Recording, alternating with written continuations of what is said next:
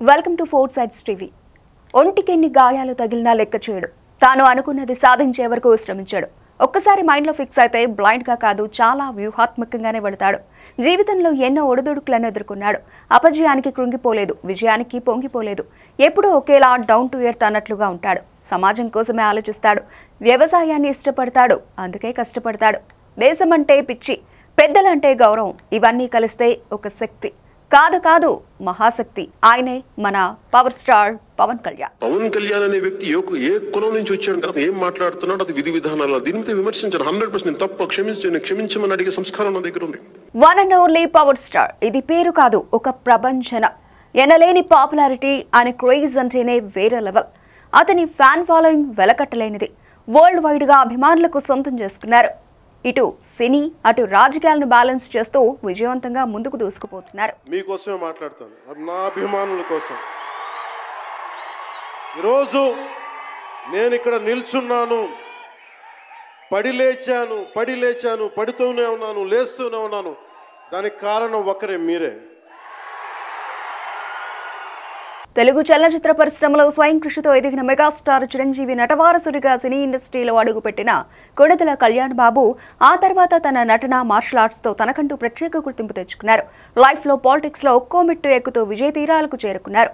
భారతదేశం చరిత్రలోనే రాజకీయాల్లో కనీవిని ఎరుగని రీతిలో 100% స్ట్రైక్ రేట్ తో సంచలన విజయం సాధించడం అనేది ఒక్క పవన్ కళ్యాణ్కే చెల్లింది. అందుకే అతన్ని పవర్ స్టార్ అని ఫ్యాన్స్, ఆంధీ అని మోదీ అంటారు. చిరంజీవి గారికి మనస్ఫూర్తిగా నా అభినందనలు తెలియజేసుకుంటూ ప్రధానమంత్రి నరేంద్ర మోదీ గారికి. ఇకపోతే ఆయన అభిమానులకు అన్నిటికంటే అతి ముఖ్యమైనది ఏంటంటే అది సెప్టెంబర్ 2. తెలుగు రాష్ట్రాల్లో దీనికి ఒక ప్రత్యేకత ఉంది. అదేనండి, ఈ రోజున power star Pawan Kalyan birthday. ఇక ఫ్యాన్స్ అయితే పెద్ద పండుగలు జరుపుకుంటారు. పవన్ కళ్యాణ్ ని ఓ దేవుడిలా భావిస్తారు. కాదు పూజిస్తారు ఆయన అభిమానులు. పవర్ స్టార్ పవన్ కళ్యాణ్ పుట్టినరోజు సందర్భంగా ఆయన లైఫ్ జర్నీపై ఫోర్ సైడ్స్ టీవీ ప్రత్యేక కథనం. అన్న హ్యాపీ బర్త్డే. మళ్ళీ నేను జీవితంలో చెప్పగలలో తెలియదు. Advance happy birthday. జై జనసేన, జై హింద్. పవర్ స్టార్ పవన్ కళ్యాణ్ అంటే కేవలం సినిమా హీరో మాత్రమే కాదు, పొలిటికల్ లీడర్గా కూడా ఇప్పటికీ సినీ రాజకీయాల్లో తనకంటూ తిరుగులేదని ప్రపంచానికి చాటి చెప్పారు. తెలుగులో ఎన్టీఆర్ తర్వాత రాజకీయాల్లో రాణించిన ఏకైక హీరో పవన్ కళ్యాణ్ మాత్రమే. కృషి, పట్టుదల ఉంటే ఏదైనా సాధిస్తారనే దానికి simple example power star Pawan Kalyan. విజయం వస్తే పొంగిపోరు, ఓటమి వస్తే కుంగిపోని మనస్తత్వం ఆయనది. నిండుకుండలా ఎప్పుడు చాలా కూల్గా ఉంటారు. అందుకే పవన్ అడుగుజాడల్లో యువత నడుస్తోంది. పవన్ కళ్యాణ్ సినీ పరిశ్రమతో పాటు రాజకీయాల్లోనూ తనదైన ముద్ర వేశారు. తెలుగు చలనచిత్ర పరిశ్రమలో పవన్ రాకముందు, పవన్ వచ్చాక అన్న స్థాయికి ఆయన చేరుకున్నారు. ఎన్నో బ్లాక్ బస్టర్ హిట్ మూవీస్ తో తనకంటూ స్టార్డమ్ ను సొంతం చేసుకున్నారు. తెలుగు రాష్ట్రాల్లోనే కాదు, ప్రపంచవ్యాప్తంగా అభిమానులను సంపాదించుకున్నారు. అందుకే ఫ్యాన్స్ ముద్దుగా పవర్ స్టార్ అని పిలుస్తారు. పవన్ కళ్యాణ్ గురించి ఎంత చెప్పినా తక్కువే. పేదలకు సేవ చేయడంలో అందరికంటే 100 కిలోమీటర్ల ముందు వరుసలో ఉంటారు. ఎవరికైనా సమస్య ఉందని తెలిస్తే వెంటనే స్పందించి వారికి సాయం చేస్తూ ఉంటారు. అది ఎలాగంటే పవన్ చేతికి ఎముక ఉండదని చాలా మంది చెబుతూ ఉంటారు. కుడి చేత్తో చేస్తే ఎడమ చేతికి తెలియదు. అలా ఉంటుంది పవన్ కళ్యాణ్ హెల్పింగ్ నేచర్. అలాగే నా తరపు నుంచి, పార్టీ తరపు నుంచి కూడా 2 ఆర్ఫనేజెస్కి ₹1,00,000 చొప్పున నేను ప్రకటిస్తున్నాను. అందరూ నాకు ఉట్టి చేతులతో మిమ్మల్ని కూరగాయలు ఇచ్చి పంపించిన నాకు కొంచెం ఇబ్బందిగా ఉంది. అందుకని మనస్ఫూర్తిగా మీ ఆర్ఫనేజెస్కి చెక్ రాసి రెడీ చేయమని 1 lakh ఇచ్చి. ఇక సమాజంలో మార్పు తీసుకురావాలని నిత్యం పరితపించేవారు పవన్ కళ్యాణ్. పేదలను ఉన్నత స్థితికి తీసుకురావాలని, వారికి మంచి భవిష్యత్ అందించాలని భావించేవారు. విద్యతోనే అన్ని సమస్యలకు పరిష్కారం అంటూ పదే చెబుతారు. అలాగే మహిళా సాధికారత కోసం తీవ్రంగా కృషి చేశారు. అందుకే తన పార్టీలో వారికి సముచిత స్థానం కల్పించారు. ఒక పార్టీ అధ్యక్షుడు అయ్యాననే అహంకారం పవన్ కళ్యాణ్లో ఎక్కడా కనిపించదు. గర్వానికి ఆమడ దూరంలో ఉంటారు. జీవితంలో అనుకున్న లక్ష్యాలు సాధించిన ప్రజల కోసం ఇంకా ఏదో చేయాలని నిరంతరం ఆలోచిస్తూ ఉంటారు. అందరి సంక్షేమం కోసం పరితపిస్తారు. ఆ దిశగానే అడుగులు వేస్తున్నారు.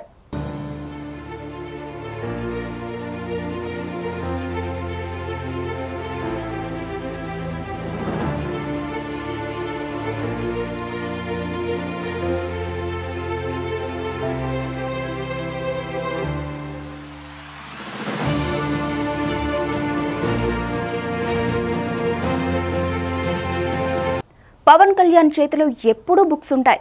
పుస్తకాలను బాగా చదువుతారు. ఆయన లైబ్రరీలో లేని పుస్తకం అంటూ ఉండదు. లెఫ్ట్ భావజాలంతో సెక్యులర్గా ఉంటారు.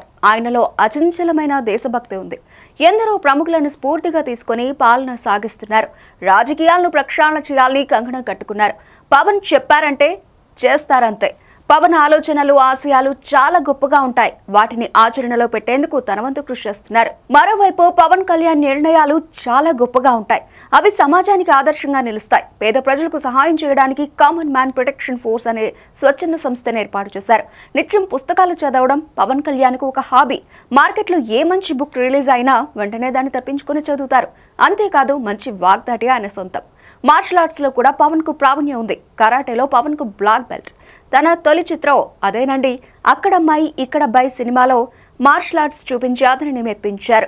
నాకు ఆషామాషిగా గాలికి తిరిగేవాడు వద్దు. నాకు మీ పని politics is not for business. Politics is not for business. Politics is not for making money. Politics is to do something. ప్రస్తుతం పవన్ ఏది పట్టుకున్నా బంగారమే అవుతోంది. ఆయన ఏదైనా ఇష్యూను రైజ్ చేస్తే అది వరల్డ్ వైడ్ గా చర్చ జరుగుతోంది. ప్రెజెంట్ పాలిటిక్స్ లో పవన్ కు ఉన్న ఇమేజ్ మరే లీడర్ కు లేదంటే అతిశయోక్తి కాదు. ఇక రాజకీయాల్లో పవన్ కళ్యాణ్ తిరుగులేని శక్తిగా ఎదిగారు. పవర్ స్టార్ నటించిన చిత్రాలన్నీ కూడా చాలా చాలా పవర్ఫుల్ గా ఉంటాయి. తనకి తాను తగ్గించుకున్నవాడు హెచ్చింపబడతాడు అనే దాంట్లో మాత్రం పవన్ నిజంగానే PhD చేశారని చెప్పక తప్పదు. ఆయనకు ఎక్కడ తగ్గాలో తెలుసు, ఎక్కడ నెగ్గాలో తెలుసు. రాజకీయాల్లో ఆవేశం కాదు, ఆలోచన విధానంలో పక్కా వ్యూహంతో ముందుకు వెళ్లారు, సక్సెస్ అయ్యారు. ఎవరికి కోపాలు రావు, ఎవరికి వేదన రాదు, ఎవరికి బాధలు రావుంటే కుదరదు. వస్తాయి బాధలు, వేదన ఉంది, మాట్లాడతాం. పవన్ కళ్యాణ్ వెండితెరపైనే కాదు పొలిటికల్ స్క్రీన్ పై కూడా పూర్తి క్లారిటీతో ఉన్నారు. దేశంలో ఏ పార్టీకి సాధ్యం కాని విజయాన్ని అందుకున్నారు. 100% స్ట్రైక్ రేట్ తో సంచలన విజయం సాధించారు. ఇక అప్పటి నుంచి పవన్ పేరు రాజకీయాల్లో మారుమోగుతోంది. ఒక్క తెలుగు రాష్ట్రాల్లోనే కాదు యావత్ దేశవ్యాప్తంగా పవన్ మానియా కొనసాగుతోంది. మోదీ మ్యాజిక్, పవన్ సహకారంతో అద్భుత విజయాలు సాధించారు. మహారాష్ట్ర, ఢిల్లీ ఎన్నికల్లో పవన్ ప్రచారం చేసిన సెగ్మెంట్స్ లో భారీ మెజారిటీతో భారతీయ జనతా పార్టీ గెలిచింది. That is power star Pawan Kalyan. ఈ ఎన్డీఏ పునర్కలయిక 5 కోట్ల మంది ప్రజలకి ఆనందాన్ని ఇచ్చింది. 2024 ఎన్నికల్లో కూటమి అధికారంలోకి రావడానికి కీ రోల్ ప్లే చేసింది పవన్ కళ్యాణే. పవర్ స్టార్ ఇమేజ్ బాగా కలిసొచ్చింది. అటు రాయలసీమలోనూ కూటమి నేతలు గ్రాండ్ విక్టరీ సాధించారు. దాదాపు 3 దశాబ్దాల రికార్డును బ్రేక్ చేశారు. అందుకే పవన్ కళ్యాణ్ రాజకీయాల్లో ఒక తుఫాన్ అంటూ పొగడ్తలతో ముంచెత్తారు ప్రధాని నరేంద్ర మోదీ. జనసేనాని అధికారంలోకి రావడానికి పెద్ద యుద్ధమే చేయాల్సి వచ్చింది.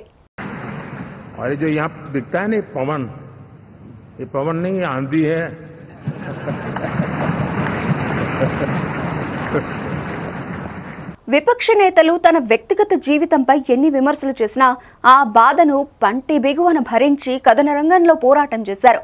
ప్రజల కోసం ఎన్ని విమర్శలు, చీత్కారాలు, బాధలు ఎదురైనా భరిస్తానని ఎంతో సహనంతో ఉన్నారు. పోలీసుల నిర్బంధాలు, అవమానాలను తట్టుకుని నిలబడ్డారు. అవన్నీ ఎవరి కోసం భరించాల్సి వచ్చిందో ప్రజలు గమనించారు. 2024 ఎన్నికల్లో భారీ మెజారిటీతో అధికారంలో కూర్చోబెట్టారు. ఎవరెన్ని కుట్రలు, కుతంత్రాలు చేసినా ప్రజలే దేవుళ్లు, వారి ఆశీర్వాదం ఉంటే చాలు అంటూ మొక్కవోని ధైర్యంతో ముందుకు సాగారు జనసేన అధినేత పవన్ కళ్యాణ్. ఎంతకాలం భయపడతాం? ఎవరికి భయపడతాం? ఉంటే ఉంటాయి, పోతే పోతే ఆస్తులు. ఆత్మగౌరవం చంపుకుంటామా? ఆత్మగౌరవం చంపుకొని బతకలేం ఈ దేశంలో. ఈ దేశం మమ్మల్ని అలా పెంచలా. రాయలు తిరిగిన నేల, రాయలు స్ఫూర్తితో వెళ్ళేవాళ్ళం. మేము అలా తగ్గం, గౌరవిస్తాం. 2014 మార్చి 14న హైదరాబాద్ హైటెక్ సిటీ మాదాపూర్ నోవోటల్ హోటల్లో పవన్ కళ్యాణ్ జనసేన పార్టీని స్థాపించారు. పాలిటిక్స్ లో తన 12 ఏళ్ల ప్రయాణాన్ని గమనిస్తే అందులో అనేక పోరాటాలు, ఆందోళనలు, ఉద్యమాలు ఉన్నాయి. రాజకీయంగా ఆయనకంటూ ముద్ర వేసుకున్నారు. పవన్ అంటే నీతి, నిజాయితీకి నిలువెత్తు నిదర్శనం అని మంచి పేరు తెచ్చుకున్నారు. నేను అంత పంతానికి వస్తే నేను ఆంధ్రప్రదేశ్లో ఉచితంగా సినిమా వేసి చూపిస్తాను. పవన్ కళ్యాణ్ జనసేన ఆవిర్భావం నుంచి అనేక ప్రజా పోరాటాలు నిర్వహించారు. పార్టీ జెండా, సిద్ధాంతాలను ప్రజల్లోకి తీసుకెళ్లడంలో విజయం సాధించారు. 2014 ఎన్నికల్లో పోటీ చేయకుండా టీడీపీకి సపోర్ట్ చేశారు. పవన్ ప్రోద్బలంతో తెలుగుదేశం పార్టీ అధికారంలోకి వచ్చింది. విభజన ఏపీకి అనుభవం గల నాయకుడు ఉండాలనే ఉద్దేశంతో చంద్రబాబుకు సపోర్ట్ చేశారు. ఆ సమయంలో బీజేపీతో టీడీపీ పొత్తు పెట్టుకుంది. పవన్ కళ్యాణ్ మాత్రం ఎక్కడ పోటీకి దిగలేదు. ప్రజల శ్రేయస్సు, రాష్ట్రాభివృద్ధి కోసమే ఆలోచించారు. పవన్ ముందు చూపు, నీతి, నిజాయితీ ప్రధాని మోదీని కట్టిపడేసింది. ప్రస్తుతం ఇలాంటి పొలిటికల్ లీడర్ కూడా ఉంటారా అని అప్పటి కేంద్ర పెద్దలు కూడా ఆశ్చర్యపోయారు. జనసేనాని ఎప్పుడూ తన శ్రేయస్సు కోసం ఆలోచించారు. ఎప్పటికీ ఆయన తపనంతా ప్రజల కోసమే. దుర్గమ్మ తల్లి ఆశీస్సులతో మొదలు పెడుతున్నాం. అంతకు మించిన ఘన విజయం సాధిస్తున్నాం. ఎన్డీఏ ప్రభుత్వాన్ని స్థాపిస్తున్నాం. బిడ్డలకి అండగా ఉండే దుర్గమ్మ తల్లి అయ్య కంటే ఒక ముద్ద ఎక్కువే పడద్ది. ఇకపోతే పవన్ కళ్యాణ్ ఇజం అనే పుస్తకాన్ని రాశారు. ఇది జనసేన పార్టీ సిద్ధాంతం కూడా. అలానే ఆ సమయంలో 2 తెలుగు రాష్ట్రాలకు సంబంధించిన సమస్యలపై చర్చించేందుకు అప్పటి బీజేపీ ప్రధాని అభ్యర్థి నరేంద్ర మోదీతో సమావేశమై మద్దతు తెలిపారు. తెలుగు రాష్ట్రాల్లో టీడీపీ, బీజేపీ కూటమి కోసం విస్తృతంగా ప్రచారం చేశారు. కాంగ్రెస్ హటావో, దేశ్ బచావో నినాదాన్ని ప్రజలకు తీసుకెళ్లారు. కాంగ్రెస్ పార్టీ పాలనను వ్యతిరేకించారు. ఏపీలో టీడీపీ అధికారంలోకి రావడంలో క్రియాశీల పాత్ర పోషించిన పవన్ తన పార్టీని క్రమంగా విస్తరించేందుకు నిర్ణయం తీసుకున్నారు. ఒకవైపు చంద్రబాబుకు సపోర్ట్ అంటూనే ప్రజా సమస్యలపై మాత్రం ఎలుగెత్తి చాటారు. ప్రభుత్వం తీసుకున్న కొన్ని నిర్ణయాలను తప్పుపట్టారు. పవన్ సూచనలకు చంద్రబాబు ఓకే చెప్పేవారు. అలా వారిద్దరి మధ్య మంచి బాండింగ్ ఏర్పడింది. అది ఎంతలా అంటే చంద్రబాబు అరెస్ట్ సమయంలో కూడా పవన్ కళ్యాణ్ వెళ్లి పరామర్శించడం చర్చనీయాంశంగా మారింది. అప్పట్లో ఈ రోజు నేను నిర్ణయం తీసుకున్నాను. జనసేన, తెలుగుదేశం కలిసి వెళ్తాయి వచ్చే ఎన్నికల్లో. ఇది మా ఇద్దరి భవిష్యత్తుకు సంబంధించింది కాదు. మా ఇద్దరి భవిష్యత్తుకు సంబంధించి ఆంధ్రప్రదేశ్ భవిష్యత్తుకు సంబంధించింది.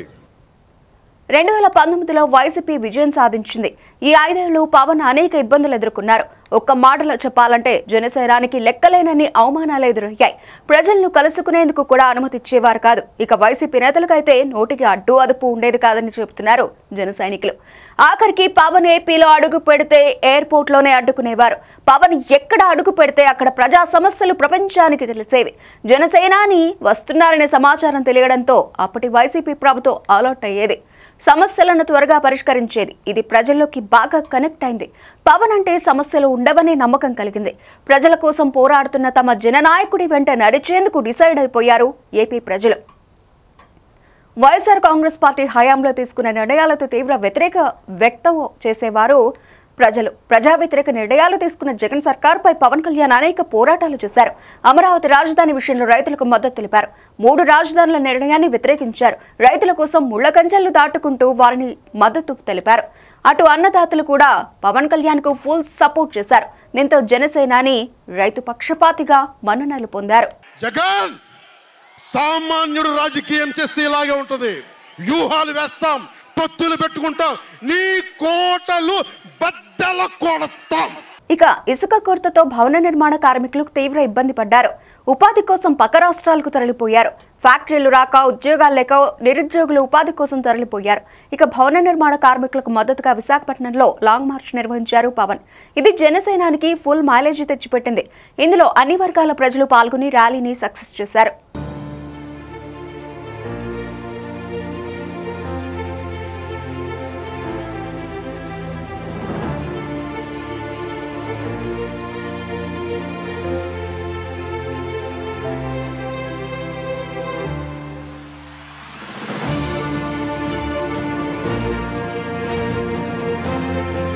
దశాబ్దాలుగా అలాగే పడి ఉన్న ఉద్దానం సమస్యను అంతర్జాతీయ స్థాయికి తీసుకెళ్లారు జనసేన అధినేత Pawan Kalyan. World famous doctors ను అక్కడికి పంపించి అసలు సమస్యకు గల కారణాలను తెలుసుకున్నారు. ఈ విషయంలో పవన్ కళ్యాణ్ చూపిన చొరవకు ఎప్పటికీ మర్చిపోలేరు అక్కడి ప్రజలు. కిడ్నీ వ్యాధి సంక్షోభంపై నిరసనలు, నిరాహార దీక్షలు చేపట్టారు. ఆయుష్ రాజకీయ నాయకుల దృష్టికి తీసుకెళ్లారు. డయాలసిస్ సెంటర్స్ ఏర్పాటు చేయడంలో కీలక పాత్ర పోషించారు. దీంతో అప్పటి ఏపీ ప్రభుత్వం కిడ్నీ పేషెంట్స్ కు పలు పథకాలను అమలు చేసింది. జగన్ హయాంలో వైసీపీ జనసేన మధ్య వార్ ఓ రేంజ్ లో సాగింది. పవన్ ఒక్కడే 151 మంది ఎమ్మెల్యేలకు సమాధానం చెప్పారు. ఫ్యాన్ పార్టీ నేతలు ఇష్టానుసారం విమర్శలు చేసినా ఓర్పుగా, నేర్పుగా భరిస్తూ సరైన సమాధానం ఇచ్చేవారు. ఒక్కడే ఒంటరి పోరాటం చేసినా ఎక్కడా వెనకడుగు వేయలేదు. పోరాటమే ఊపిరిగా పిడికిలి బిగించి వీరోచితంగా పోరాటం చేశారు. చేతిలో పవర్ ఉందని ఇష్టమొచ్చినట్టు కామెంట్స్ చేసిన వారు 2024 అసెంబ్లీ ఎన్నికల్లో పవన్ కొట్టిన దెబ్బకు పాతాళానికి పడిపోయారు. ఈ ఎన్నికలకు ముందు పవన్ జగన్ ఉద్దేశించి చేసిన వ్యాఖ్యలు తెగ వైరల్ అయ్యాయి. మీ వయసులో జగన్మోహన్ రెడ్డి ఏం చేస్తున్నాడో చెప్తాను. ఆయన హైదరాబాద్ జూబ్లీ హిల్స్ లో కానీ, కడప ఇడుపులపాయలో కానీ కూర్చొని దౌర్జన్యాలు చేసేవాడు.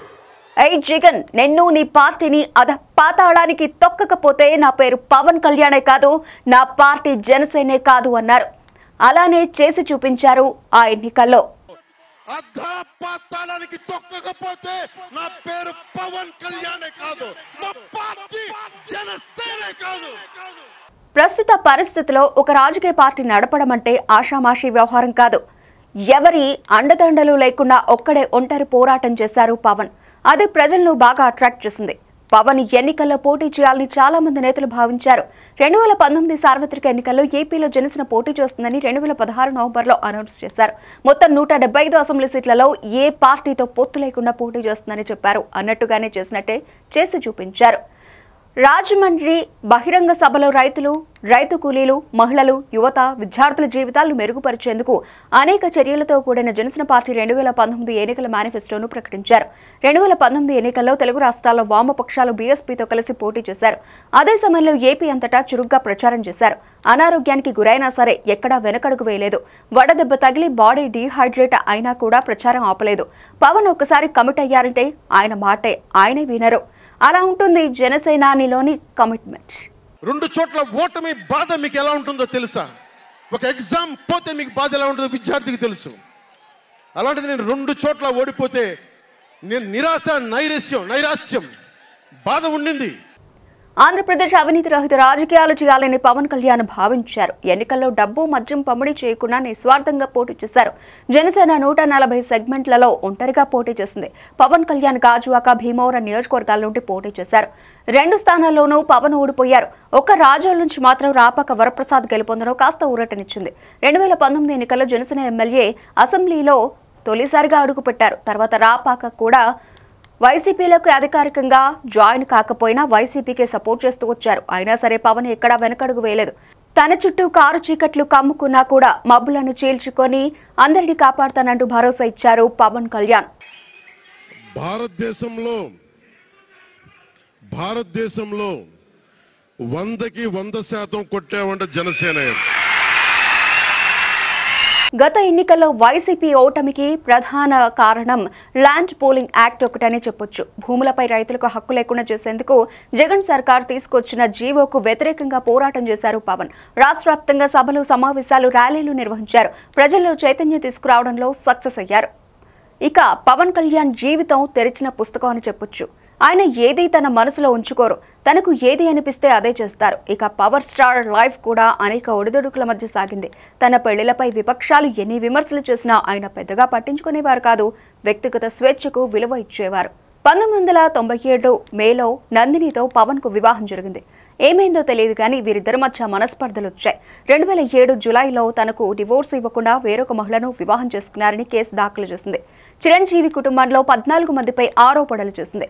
పవన్ కళ్యాణ్ రేణు దేశాయ్ను వివాహం చేసుకోలేదని కోర్టులో పిటిషన్ వేశారు. సరైన సాక్ష్యాలు లేవని విశాఖపట్నం కోర్టు కొట్టివేసింది. దీనిపై నందిని ఉన్నత న్యాయస్థానాన్ని ఆశ్రయించగా కొట్టివేతపై కోర్టు స్టే ఇచ్చింది. 2007 జులైలో పవన్ కళ్యాణ్ విశాఖపట్నంలోని కుటుంబ న్యాయస్థానంలో విడాకుల కోసం కేసును దాఖలు చేశారు. నందిని భరణం కోరింది. తాత్కాలిక భరణంగా నెలకు 5 లక్షల రూపాయలు ఇప్పించాలని ఆమె దాఖలు చేసిన పిటిషన్ను కోర్టు కొట్టివేసింది. ఈ తీర్పుపై కూడా నందిని ఉన్నత న్యాయస్థానం నుండి స్టే పొందింది. ఆ తర్వాత 5 కోట్ల రూపాయలకు రాజీ కుదురుగా నందిని అన్ని కేసులను ఉపసంహరించుకుంది. 2008 ఆగస్టు 12లో విశాఖపట్నంలోని ఫ్యామిలీ కోర్టు వీరిద్దరికీ విడాకులు ఇప్పించగలిగింది.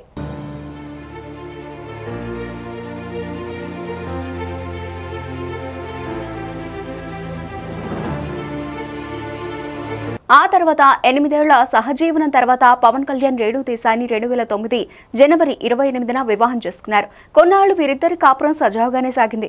వీరిద్దరికి ఒక కొడుకు అకీరా, కూతురు ఆద్య జన్మించారు. అనంతరం పవన్, రేణు 2012లో అధికారికంగా విడాకులు తీసుకుని విడిపోయారు. తమ మధ్య ఎటువంటి భేదాభిప్రాయాలు లేవని, తాము స్నేహపూర్వకంగానే విడిపోయామని పేర్కొన్నారు. భార్యాభర్తలుగా విడిపోయినా తమ పిల్లలకు తల్లిదండ్రులుగా మాత్రం కలిసే ఉంటామని రేణు దేశాయ్ ఓ ఇంటర్వ్యూలో చెప్పుకొచ్చారు.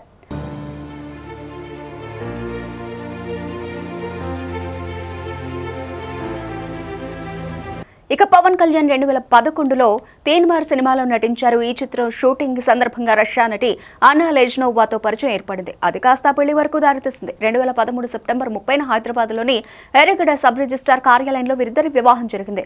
వీరికి కొడుకు మార్క్ శంకర్ పవనోవిచ్, కుమార్తె పోలెనా అంజనా పవనోవా ఉన్నారు.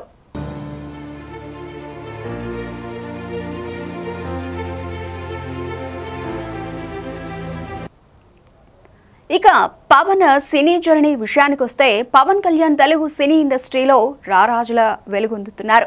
తన సినీ కెరీర్లో అనేక బ్లాక్ బస్టర్ హిట్స్తో వరల్డ్ వైడ్గా అభిమానులను సంపాదించుకున్నారు. తక్కువ టైంలో ఎక్కువ పాపులారిటీ సొంతం చేసుకున్నారు. Pawan dialogue delivery, elevations, mannerisms యూత్ను ఎంతగానో ఆకట్టుకున్నాయి. అందుకే పవర్ స్టార్ సినిమా విడుదలవుతుందంటే చాలు ఫ్యాన్స్కు పండుగే. థియేటర్స్ వద్ద జాతర ఉంటుంది. పవన్ స్క్రీన్ మీద చేసే మ్యాజిక్ అది. పవన్ కళ్యాణ్ 1996లో అక్కడమ్మాయి ఇక్కడమ్మాయి మూవీతో సిల్వర్ స్క్రీన్ పై కనిపించారు. రెండో మూవీ గోకులంలో సీత నెక్స్ట్ ఇయర్ రిలీజ్ అయింది. ఏ కరుణాకరన్ డైరెక్షన్లో 1999లో వచ్చిన ఈ చిత్రం సూపర్ డూపర్ హిట్ గా నిలిచింది. ఇక 2001లో ఖుషీ మూవీ బాక్సాఫీస్ బెండ్ తీసింది. అప్పటి వరకు ఏ అగ్ర హీరోల సినిమాలకు రాని కలెక్షన్లను ఒక్క ఈ మూవీనే రాబట్టింది. ఇందులో సాంగ్స్, స్టోరీ, మ్యూజిక్ ఆడియన్స్ ను మెస్మరైజ్ చేసింది. వరుసగా 7 సినిమాలు హిట్ కావడంతో నటుడిగా పవన్ స్థాయి ఓ రేంజ్ కు వెళ్ళింది. ఎంతలా అంటే కళ్యాణ్ మూవీ రిలీజ్ అవుతుందంటే వారం రోజుల ముందు, వారం రోజుల తర్వాత ఏ మూవీ రిలీజ్ చేయలేనంత పవన్ కాల్ షీట్లు దొరికితే బంపర్ డ్రా తగిలినట్టే అనే విధంగా ఫీల్ అయ్యేవారు ప్రొడ్యూసర్స్, డైరెక్టర్స్.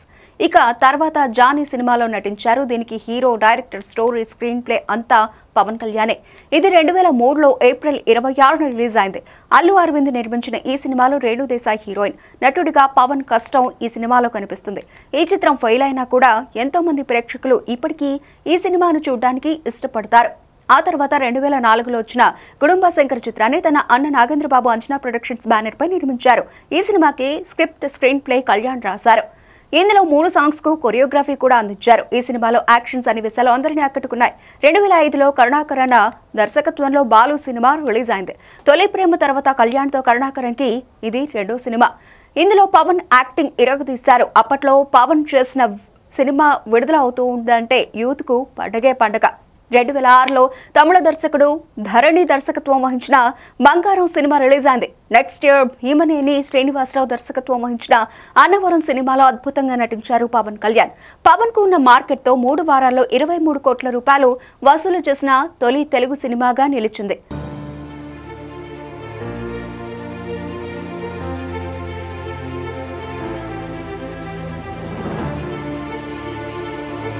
పవన్ కున్న మార్కెట్తో 3 వారాల్లో 23 కోట్ల రూపాయలు వసూలు చేసిన తొలి తెలుగు సినిమాగా నిలిచింది.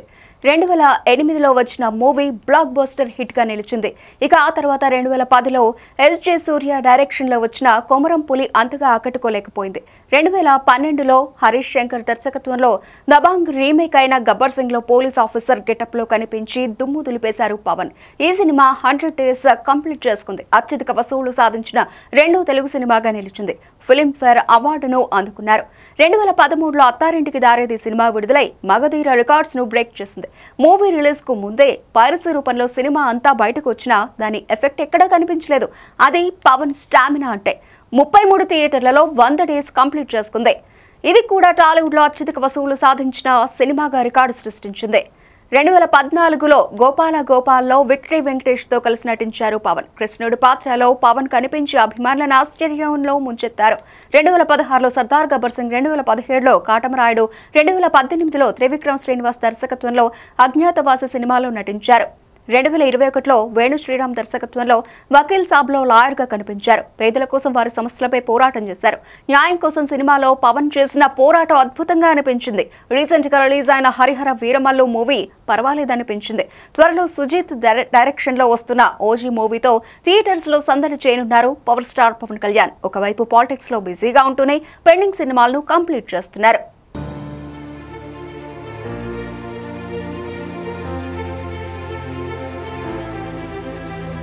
సక్సెస్ లను ఎంజాయ్ చేసినట్టుగానే ఫ్లాప్లను కూడా ఆయన ఆస్వాదించారు. పవన్ కళ్యాణ్ పూర్తి పేరు కొణిదెల పవన్ కళ్యాణ్. మెగా హీరోగా, పవర్ స్టార్ గా, జననేతగా ఎదిగారు. పవన్ కళ్యాణ్ 1971 సెప్టెంబర్ 2న జన్మించారు. చిన్నతనం నుంచి పేదలకు సేవ చేయాలని తప్పించేవారు. అదే ఆలోచనతో రాజకీయాల్లోకి వచ్చి ఎన్నో ఎదురుదెబ్బలు తిని రికార్డు విజయాన్ని అందుకున్నారు. 100% స్ట్రైక్ రేట్తో సంచలనం సృష్టించారు. ఏపీ అభివృద్ధిలో తన వంతు పాత్ర పోషిస్తున్నారు. ఇక ప్రస్తుతం జనసేన అధ్యక్షుడు పవన్ కళ్యాణ్ మంచి జోష్లో ఉన్నారు.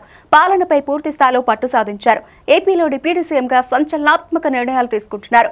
ఎవరూ ఊహించని విధంగా 100% స్ట్రైక్ రేట్తో పోటీ చేసిన అన్ని స్థానాల్లో జనసేన జయకేతనం ఎగురవేసింది. 21 ఎమ్మెల్యేలకు 21 ఎమ్మెల్యేలు, 2 ఎంపీ స్థానాలకు 2 ఎంపీ స్థానాలు గెలుచుకుని చరిత్ర తిరగరాశారు. దీంతో రాజకీయాల్లో ఆయన స్టార్ తిరిగిపోయింది. 2019 ఎన్నికల్లో పోటీ చేసిన 2 స్థానాల్లో ఓడిపోయారన్న విమర్శల నుంచి విముక్తి పొంది ఆంధ్ర రాజకీయాల్లో తిరుగులేని శక్తిగా జనసేన ఎదిగింది. ఈసారి జరిగిన శాసనసభ ఎన్నికల్లో పిఠాపురం అసెంబ్లీ స్థానం నుంచి పోటీ చేసి 72,279 ఓట్ల మెజారిటీతో గెలిచి తొలిసారి ఎమ్మెల్యేగా ఎన్నికై జూన్ 12న మంత్రిగా బాధ్యతలు చేపట్టారు. ఏపీ కేబినెట్ లోనే కాదు, త్వరలో కేంద్ర కేబినెట్ లో కూడా జనసేన భాగం కాబోతోందనే ప్రచారం పొలిటికల్ సర్కిట్స్ లో చక్కర్లు కొడుతోంది. 21 మొత్తం గెలుపు దేశం మొత్తం మాట్లాడుకునేలా చేసింది. ఇక రాజకీయాల్లో జనసేన అధ్యక్షుడి అద్భుత విజయాన్ని మెగా ఫ్యామిలీ గ్రాండ్ గా సెలబ్రేట్ చేసుకుంది. ఫ్యామిలీతో పాటు ప్రధాని మోదీని కలిశారు పవన్ కుటుంబ సభ్యులు. కొడుకు అకీరానందన్ ను ప్రధాని మోదీకి పరిచయం చేశారు. అకీరా భవిష్యత్తు గురించి కూడా ప్రధాని మోదీ సలహాలు, సూచనలు ఇచ్చినట్టు సమాచారం.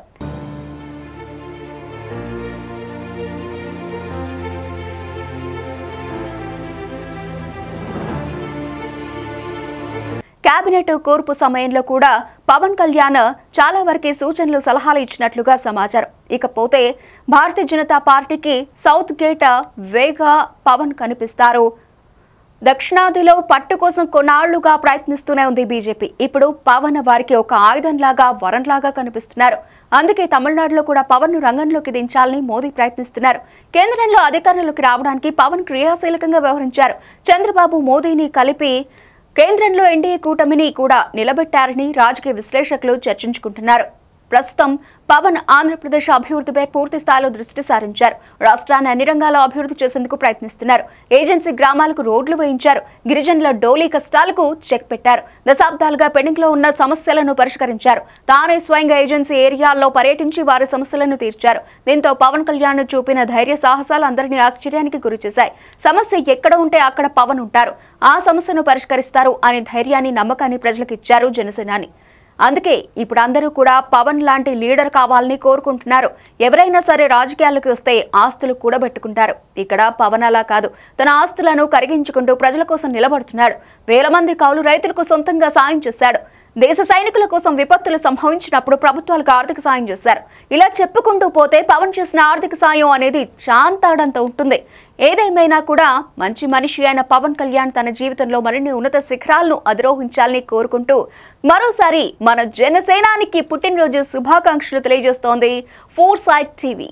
ఈ వైసీపీ విధ్వంసకర పాలనని ఆపుదాం, ముందుకెళ్దాం, ముందుకు తీసుకెళ్దాం. వైసీపీ గడిల్ని బద్దలు కొడదాం. మీకు బంగారు భవిష్యత్తుని తెచ్చే బాధ్యత, శాంతి, సుస్థిరత ఇచ్చే బాధ్యత తెలుగుదేశం పార్టీ, జనసేన తీసుకుంటుంది.